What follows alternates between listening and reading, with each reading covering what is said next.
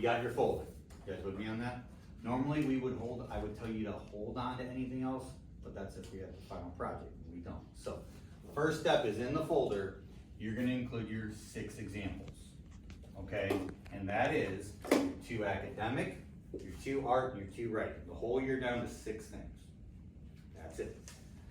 These are hopefully the work you're most proud of. But if they're just the work that you still have, because you have nothing else, doesn't matter. You with me on that? That's what in each of the prompts it's like academic excellence too. So you're gonna have 2 examples of academic excellence. So maybe your first one is honestly, it's from the first half of the year and you got like a D on a test. But now in the second half of the year you got an A, B, or even a C, and you're just like, I wanna write this out as growth more than quote unquote excellence. Because I guarantee you my vision of academic excellence is different than a lot of yours. That's okay. The whole point is to reflect and write. So you put your 6 things in there. Then you gotta write, type, Google Doc, all this was in the directions, your 4 prompts. So academic excellence, I type my name at the top.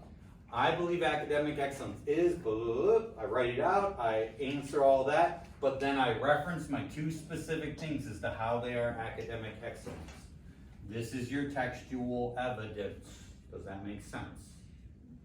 Gotta reference those 2. What a lot of kids do is actually bold and underline their 2 things in their paragraph so they know they've referenced it. It's a good way to help you remember to do it. Do your first one, space, do your second one on art, space, third one on writing, space. The last one is totally a reflection of just this year. It's not meant to be just social studies. You've already done that in the first 3 paragraphs. So I've had some kids, they write like the 4 or 5 sentences bare minimum, that's it. I've had some kids write 9 and 10. It's just answer it, include your stuff. With the reflective at the end, I've had kids mention sports, I've had kids mention personal things, I've had kids mention other classes, like it's meant to be reflective. Here's where it gets not tricky, but different. As soon as you are done and you know it's your best work, you spell checked, all that kind of stuff, it needs to be printed so you can staple it to this. Does that make sense? Now, I'm obviously not gonna be here a bunch of days. Worst case scenario is you get it done for Thursday, you share it with me, I print it at some point on Thursday.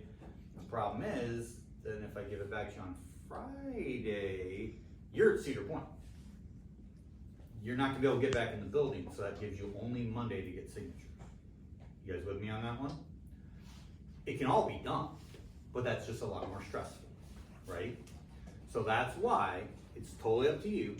I'm sure most teachers would be willing, but I have confirmed with Ms. Salva, Ms. Crawford, Ms. Fairvan, and Ms. Morgan that if you go up to them and go, hey, Ms. Morgan, Mr. Matheson's out, you know what? I have my portfolio done. If I share it with you, can you print it out for me to have tomorrow?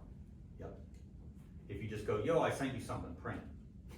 You know, I wouldn't print it for you. Maybe they're kinder people than me, but it's just about that communication. The whole thing, signed, everything together is due next, like the Tuesday after. That's all in the directions. So you print your stuff, you staple it together, then it's to share your growth. So you'll have your folder with the directions, your essays, and your 6 things. That's it. And you go up to teacher.